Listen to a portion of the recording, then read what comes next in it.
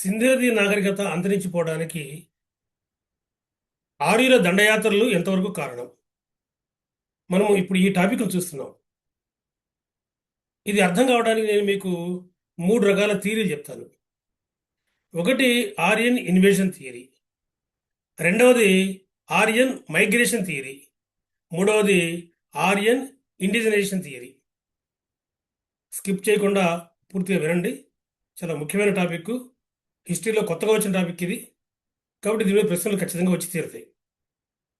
Aryan invasion theory ప్రకారం సింధు నదీ నాగరికత దెబ్బతినిపోతున్న కాలంలో 1500 బీసీ కాలం నాటికి ఆర్యులు పశ్చిమాసియా ప్రాంతాల నుంచి మధ్యాసియా ప్రాంతాల నుంచి వచ్చి మధ్యాసియా ప్రాంతాలు సెంట్రల్ ఏషియా ప్రాంతాల నుంచి వచ్చి ఇక్కడ సింధు ప్రజల్ని ఓడించి ఆ ప్రాంతాలు ఆక్రమించారు అని చెప్తుంది థియరీ.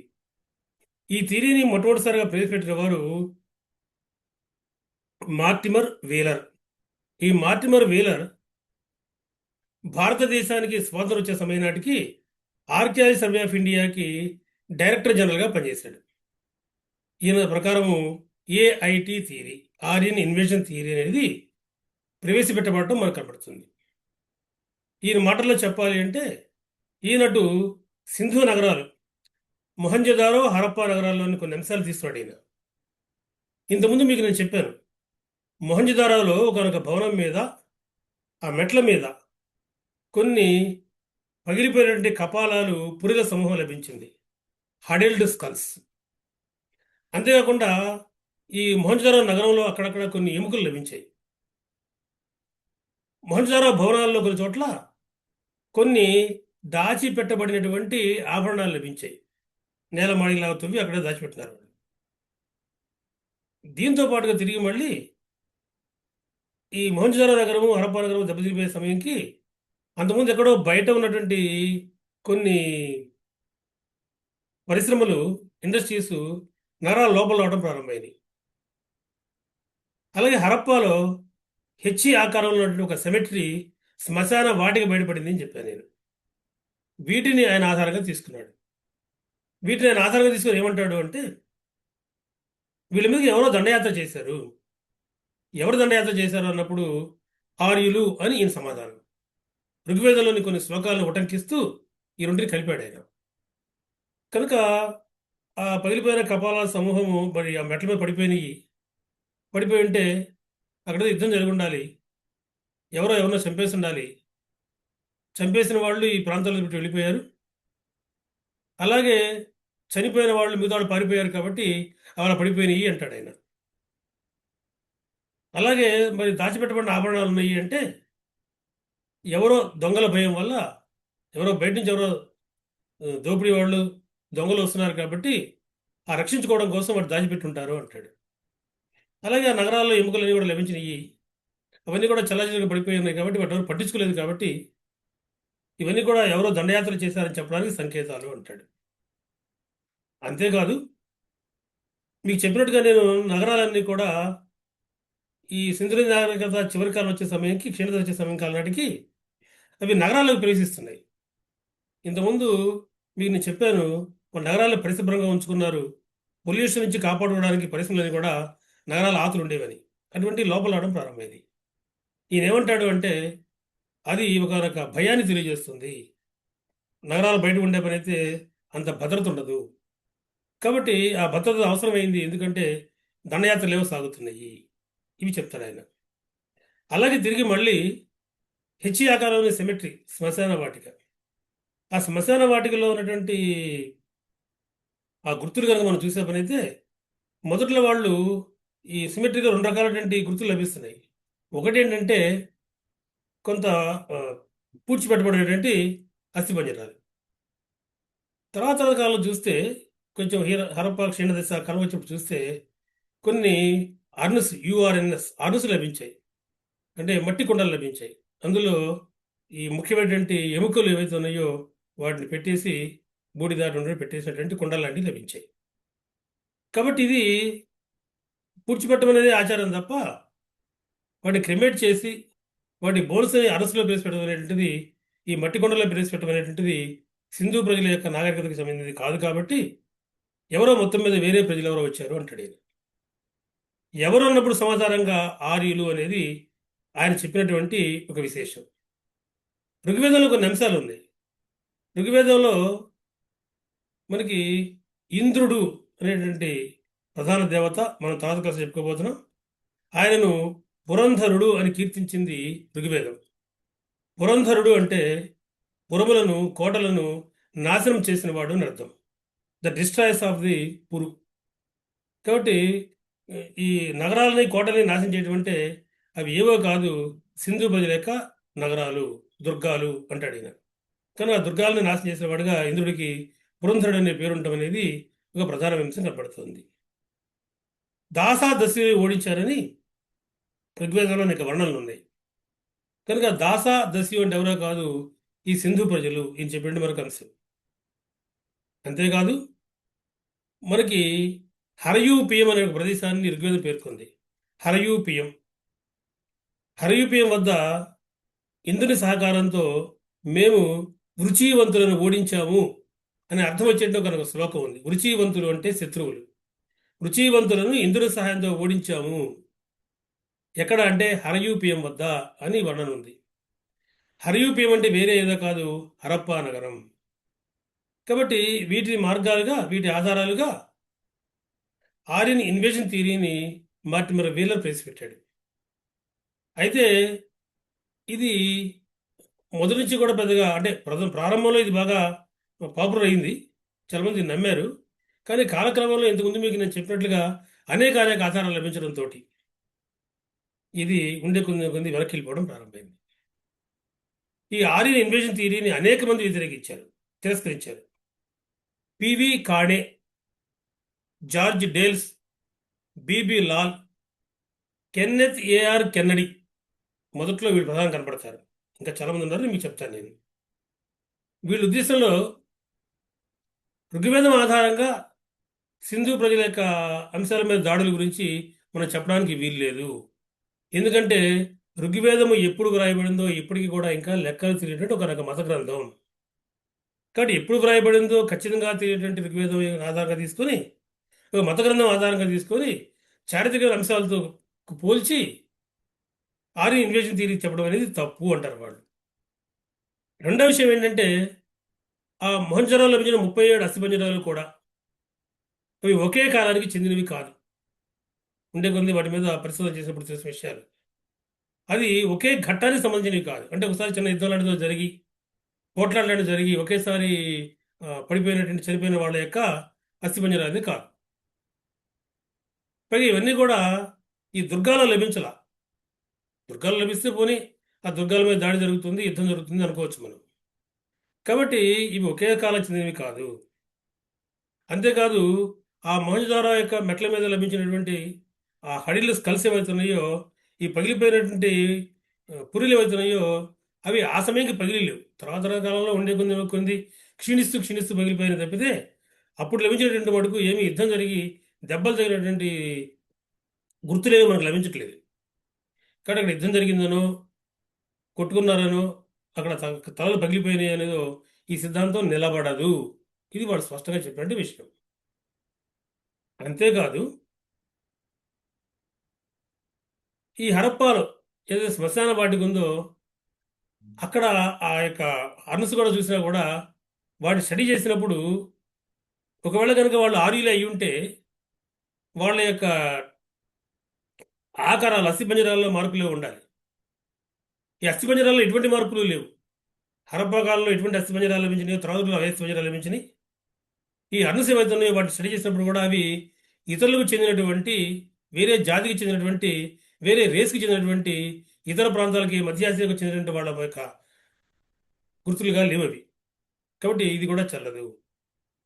మరొక ముఖ్యమైన విషయాన్ని కెన్నెత్ ఏఆర్ కెన్నడీ చెప్తున్నాడు. ఏంటంటే ఇంతకుముందు మీకు నేను చెప్పినట్లుగా, ఇంతకుముందు క్లాస్ మీరు ఒకసారి వినండి, సింధు నది నాగరికత అంతరించిపోవడానికి కారణాలు. అది క్రీస్తుపూర్వం 1100 దాకా కూడా కొనసాగింది. మరి సింధు నది నాగరికతని దెబ్బతీసిన ఆర్యులు క్రీస్తుపూర్వం 1500 నాటికే ఇక్కడికి వచ్చేసారని మొదటి చరిత్రకారులు చెప్తున్నారు. కాబట్టి ఎప్పుడైతే సింధు నది నగరాలకు సంబంధించి ఈ మార్పు ఉందో మధ్యలో కాల విలంబన ఉంది. క్రీస్తుపూర్వం 1800 నాటికి అది దెబ్బతినిపోతూ ఉంటే 1300 కొనసాగుతూ ఉంటే మధ్యలో క్రీస్తుపూర్వం 1500కి వచ్చినటువంటి ఆర్యులు వాళ్ళని ఓడించారని చెప్పేది ఒక అసంబద్ధంగా కనపడుతుంది. కనుక దీన్ని కూడా చరిత్రకారులు ఎక్కువ మంది ఒప్పుకోకపోవడం మనకు కనపడుతుంది. మరొక విషయం ఏంటంటే ఆర్య సిద్ధాంతాన్ని, ఆర్య దండయాత్ర సిద్ధాంతాన్ని వ్యతిరేకించడానికి స్టెరైల్ లేయర్, ఖాళీ పొర అనేటువంటిది కనపడుతుంది. అదేంటంటే హరప్పా నాగరికతకి శ్మశానం హెచ్ సంస్కృతికి మధ్య, మీకు నేను శ్మశానం హెచ్ సంస్కృతి చెప్పాను క్షీణదశని ఇంతకుముందు క్లాసులో. ఆ శ్మశానం హెచ్ సంస్కృతికి హరప్పా నాగరికతకి మధ్య కొంత ఖాళీ పొర ఉంది. ఖాళీ పొర అంటే అర్థం ఏంటంటే పురావస్తు త్రవ్వకాలు జరుపుతున్నప్పుడు ఒక 300 ఏళ్ల కాలం అక్కడెక్కడ మానవ ఆవాసాలకు సంబంధించినటువంటివి మనకు దొరకలేదు. కొత్త ప్రజలు మనకేం కనపడలేదు. కాబట్టి దాన్ని మనం ఒక స్టెరైల్ లేయర్ దశ అంటాం.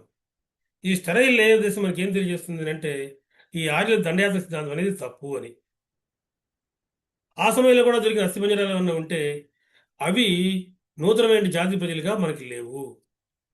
కాబట్టి వీటిని బట్టి మనం చెప్పొచ్చు, ఏదైతే మార్టిమర్ వీర సమాధానం చెప్పాడో ఏఐటి అనేటువంటిది, ఆర్య ఇన్వేషన్ థియరీ అనేటువంటిది తప్పు అని వీళ్ళకి అభిప్రాయం. మరి రెండవది Aryan migration theory. Aryan migration theory ప్రకారం ఆర్యులు అనేటువంటి వాళ్ళు భారతదేశానికి మధ్య ఆసియా నుంచి వలసలుగా వచ్చిన వాళ్ళు. ఇప్పుడు ఎక్కువ మంది ఈ సిద్ధాంతాన్ని కూడా నమ్ముతున్నారు. వాళ్ళల్లో ఈ సిద్ధాంతాన్ని చెప్పిన వాళ్ళలో మ్యాక్స్ ముల్లర్ ప్రథముడు. మ్యాక్స్ ముల్లర్ ఈ యొక్క మైగ్రేషన్ థియరీని ఏం చెప్పాడో తర్వాత క్లాసుల్లో మీకు ఆర్య నాగరికతలో మొట్టమొదటి క్లాసులోనే చెప్తాను మీకు నేను. కాబట్టి ఆయన మధ్య ఆసియా నుంచి బయలుదేరి వీళ్ళందరూ తుర్కుమనిస్తాను, ఇరాను ఈ ప్రాంతాల గుండా, బెలూచిస్తాన్ ఈ ప్రాంతాల గుండా భారతదేశంలోకి అడుగు పెట్టారు అంటాడు ఆయన. Aryan migration theory. వీళ్ళు ఒకేసారిగా రాలేదు, వలసలుగా వచ్చారంటాడు ఆయన. ఇది ఆర్యన్ మైగ్రేషన్ థియరీ. వివరాలను తర్వాత క్లాసుల్లో డీటెయిల్గా చెప్తాను మీకు. ఈ ఆర్యన్ మైగ్రేషన్ థియరీని రొమిల్లా థాపర్, బిబి లాల్ మరొక పురాశాస్త్రజ్ఞుడు, షాఫర్, ఇందాకే నేను ప్రస్తావించిన కెనడీ, రెన్ఫ్రో, డిడి కొసాంబి లాంటి వాళ్ళు ఈ సిద్ధాంతాన్ని నమ్ముతారు. కనుక వీళ్ళు ఆర్యన్ ఇన్వేషన్ థియరీ నమ్మరు, కానీ ఆర్యన్ మైగ్రేషన్ థియరీ నమ్ముతారు. ఆర్యన్ మైగ్రేషన్ థియరీ ప్రకారము మధ్య ఆసియా ప్రాంతం నుంచి వీళ్ళు ఇక్కడికి వచ్చారు అని. కాబట్టి మధ్య ఆసియా ప్రాంతం నుంచి వచ్చినటువంటి వీళ్ళు సింధు నది నాగరికత అప్పటికే క్షీణదశలోకి వచ్చేసింది, అంతరించిపోయింది కూడా. ఆ ప్రాంతాలకు వచ్చి వీళ్ళు కూడా కొంత సహవాసం చేయడం ప్రారంభించారు. ఉండే కొంది నూతన సంస్కృతి వెలిసిలినాయి, ఈ రెండు కలిసిపోయినాయి అనేటువంటిది ముఖ్యంగా వీళ్ళు చెప్పే సిద్ధాంతం. కాబట్టి ఆర్యన్ మైగ్రేషన్ థియరీని ఎవరెవరు చెప్పారు అంటే Max Muller, Romila Thapar, BB Lal, Schaffer, Kennedy, Renfrew, RENFREW Renfrew, DD Kosambi. ఇక ఇది కాకుండా మరొక అద్భుతమైన థియరీ మరొకటి ఉంది. అదేమిటంటే ఆర్యన్ ఇండిజినేషన్ థియరీ. ఆర్యులు ఎక్కడ వాళ్ళో కాదు, ఆర్యులు భారతదేశానికే చెందిన వాళ్ళు. అసలు సింధు ప్రజలు ఆర్యులు వేరువేరు కాదనే సిద్ధాంతం కూడా ఉంది. అయితే ఇందులో బిబి లాల్ కూడా పురావస్తు శాస్త్రజ్ఞుడే. ఈయన ఏమంటాడు అంటే ఇక్కడ మనకి కల్చరల్ కంటిన్యూటీ కనపడుతోంది, సాంస్కృతిక వారసత్వం కనపడుతోంది. సింధు ప్రజల సాంస్కృతిక వారసత్వానికి ఆ తర్వాత మనం ఏదైతే ఆర్యులు లేకపోతే ఇంకోటి అని చెబుతున్నారో ఆర్యన్ మైగ్రేషన్ థియరీ వాళ్ళు, వీటి మధ్య తేడా ఏమీ లేదు. కనుక క్రీస్తుపూర్వం 1500 తర్వాత వచ్చినటువంటి ఆర్య నాగరికత అని మనం ఏది చెప్పుకుంటామో అక్కడెక్కడక్కడ సాంస్కృతికపరమైన విభేదాలు ఏమీ లేవు. This cultural continuity. దీన్ని బట్టి ఆర్యులు వేరే దేశస్తులను చెప్పడానికి లేదు. మరొక ఆయన SR రావు, ఒక గొప్ప పురావస్తు శాస్త్రజ్ఞుడు. ఈయన కూడా ఈయనేమంటాడు అంటే వేదిక ట్రెడిషన్స్ ఏమైతే ఉన్నాయో, ఋగ్వేదంలో ఏమైతే ఉన్నాయో, వేద సంస్కృతి ఏం చెప్తుందో, వేద సంస్కృతికి హరప్పా నాగరికతకి మధ్య తేడా ఏమీ లేదు. కాబట్టి హరప్పా నాగరికత, వైదిక సాంప్రదాయాలు వేరువేరు కాదంటాడు SR రావు. నిజానికి ఈయనే SR రావు గారే సింధు ప్రజల చిత్రలిపి మీద పరిశోధన చేశాడు. పరిశోధన చేసి ఒక పుస్తకం రాశాడు ఆయన, the decipherment of the Indus script. తర్జుమా చేయబడినటువంటి సింధు చిత్రలిపి అనే పేరు కింద. ఈయన సంస్కృత భాషతోటి దాన్ని అన్వయం చేసే ప్రయత్నం చేశాడు. ఇంకా సంపూర్ణంగా చరిత్రకారులు అది స్టడీ చేయడం కానీ ఒప్పుకోవడం కూడా జరగలేదు. కానీ మీరు ఎగ్జామ్ పాయింట్ ఆఫ్ వ్యూలో గుర్తుపెట్టుకోండి, the disfigurement of the Indus script అనే పుస్తకం రాసింది ఎవరు అంటే ఎస్ఆర్ రావు. అలాగే మరొక పండితుడు డేవిడ్ ఫ్రాలే. డేవిడ్ ఫ్రాలే వేదాలను బాగా స్టడీ చేశాడు. ఆయన వేదాలను బాగా స్టడీ చేసి ఈ వేదాలు ఏదో పశుపోషకులు రాశారు అని చెప్పడానికి లేదు. ఒక అనాగరికలు ఎవరైతే ఉన్నారో పశుపోషణ ముఖ్య వృత్తిగా ఇక్కడికి వలసగా వచ్చారో వాళ్ళు వ్రాసినట్లుగా ఇది లేదు. ఒక పరిణితి చెందినట్టు సమాజానికి చెందిన సాహిత్యం ఇది. కాబట్టి ఇది ఈ పశుపోషకులు రాశారని చెప్పడానికి వీల్లేదు, ఇక్కడి ప్రజలే రాసి ఉండాలి అనేది డేవిడ్ ఫ్రాలే యొక్క సిద్ధాంతం. మరొక ముఖ్యమైనటువంటి పరిశోధకుడు సుభాష్ కాక్, SUBHASH, సుభాష్ KAK కాక్. ఈయన వేదాలను స్టడీ చేశాడు. ఈయన కూడా వేదాల్లో ఖగోళపరమైన అంశాలు అనేకం ఉన్నాయి. వాటిని స్టడీ చేశాడు ఆయన. వాటిని స్టడీ చేసి ఇటువంటి ఒక గొప్ప సాహిత్యం రాయబడటం అనేది ఇక్కడ భారతదేశం జరుగుతుంది తప్పితే వేరే చోట కాదు. కనుక ఈయన కూడా కొన్ని ఆస్ట్రామికల్ ఎవిడెన్సెస్ నుంచి ఒక టెక్స్చువల్ ఆర్గ్యుమెంట్స్ని తీసుకొని సింధు ప్రజలు ఆర్యులు వేరు కాదు అని రాస్తాడు. అలాగే శ్రీకాంత్ తలగేరి అని పేరు, శ్రీకాంత్ తలగేరి, SHRIKANT, శ్రీకాంత్ TALAGERI, తలగేరి. ఈయన కూడా ఏం రాస్తారు అంటే ఈయన వేదిక క్రొనాలజీని స్టడీ చేశాడు. వేదిక క్రొనాలజీని స్టడీ చేసి ఇక్కడ వాళ్ళు ఎవరు కూడా వేరే వాళ్ళు కాదు, వీళ్ళందరూ కూడా మన దేశానికి చెందినవాడు అని రాస్తాడు. కాబట్టి ఎస్ఆర్ రావు బీబీ లాల్ ఏమో కల్చర్ కంటిన్యూటీ అంటాడు, ఎస్ఆర్ రావు ఏమో వేదిక సంస్కృతి అంటాడు. అలాగే డేవిడ్ ఫ్రాలే కానీ, సుభాష్ కాక్ కానీ, తలగేరి కానీ వీళ్ళంతా తమ రచనల్లో, తమ యొక్క పరిశోధనల్లో సింధు ప్రజలు ఆర్యులు వేరు కాదు అనే సిద్ధాంతాన్ని ముందుకు పట్టుకొచ్చారు. దీన్ని మనం ఆర్యన్ ఇండియనైజేషన్ థియరీ అంటాం. కాబట్టి ఈ 3 థియరీ మీద ఎగ్జామినేషన్లో ప్రశ్నలు వస్తున్నాయి మనకి, ఎవరెవరు ఏమన్నారు, ఏం చెప్పారు అనేది. 1990స్లో 2000 ఆ ప్రాంతాల్లో కూడా ఎక్కువ మంది ఆర్యన్ ఇన్వేజన్ థియరీనే ప్రపోజ్ చేస్తూ వచ్చారు, నమ్ముతూ వచ్చారు. ఇటీవల కాలంలో ఆ సిద్ధాంతాలు బదలైపోతున్నాయి. నూతనంగా కనిపెట్టబడిన DNA టెక్నాలజీలు కానీ, అదేవిధంగా మనకి ధోలవీర, రాఖీ గరిలో బయటపడినటువంటి అస్థిపంజరాలు కానీ వీటిని స్టడీ చేస్తున్నప్పుడు ఈ ఆర్యన్ ఇన్వేషన్ థియరీని పూర్తిగా కొట్టివేయడం జరిగింది. ఆల్మోస్ట్ వాడు ఎవరు పెద్దగా ఒప్పుకోవటం లేదు. మైగ్రేషన్ థియరీకి, ఇండియనైజేషన్ థియరీకి మధ్య ఇంకా కొంత వాదోపాదాలు జరుగుతున్నాయి. వ్యక్తిగతంగా నేను కూడా చరిత్ర చదవటమే కాదు, కొంతవరకు వేదాలు కూడా నేను చదివాను. వేదాలు, ఉపనిషత్తులు, అదేవిధంగా మన సిద్ధాంతాలు, డేవిడ్ ఫ్రాలే రచనలు, ఇవి కూడా నేను చాలా వరకు ఫాలో అయ్యాను. నాకు అర్థమైనంత వరకు కూడా, అంటే ఎగ్జామినేషన్లో నా గురించి అడగకపోవచ్చు కానీ నేను మీకు చెప్పడం కూడా చెప్తున్నాను. అడగరు కూడా నా గురించి వేరే ఎవరికి తెలియదు. నేను వాటిని చదివాను కాబట్టి చెప్తాను మీకు. నేను కూడా ఆర్యన్ ఇండియనైజేషన్ థియరీనే నమ్ముతున్నాను. నమ్మడం కాదు, అది వాదం, వాస్తవం. కనుక ఎగ్జామినేషన్ పాయింట్ ఆఫ్ వ్యూలో వీటిని మీరు చాలా జాగ్రత్త గుర్తుపెట్టుకోండి.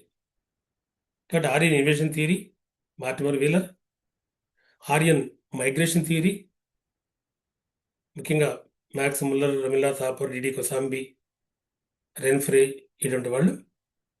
లేదు Indianisation theory SR Rao, David Frawley, Subhash Kak, ఇలాంటి వాళ్ళ పేరుని కూడా మీరు గుర్తుపెట్టుకోండి. ఆ థియరీలు ఏంటో ఒకసారి జాగ్రత్తగా చూడండి. ముఖ్యంగా మార్టిమర్ వీలర్ ఏ అంశాల ఆధారంగా ఇన్వేజన్ థియరీని చెప్పాడు కూడా చూడండి.